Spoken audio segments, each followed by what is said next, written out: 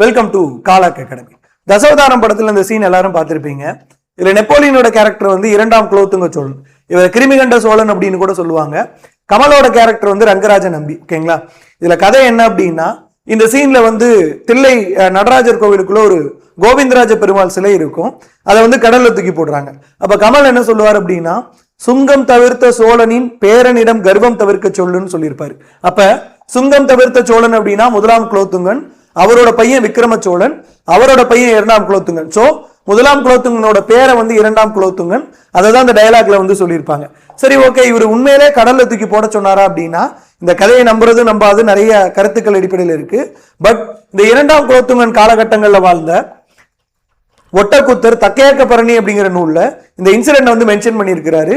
இதுக்கப்புறம் என்ன அப்படின்னா, அந்த சிலையை வந்து கிருஷ்ணப்ப நாயக்கா அப்படிங்கிற ஒரு விஜயநகர ஆட்சியாளர் வந்து எடுத்து திருப்பதியில வச்சதா ஒரு கதை இருக்கு. நன்றி.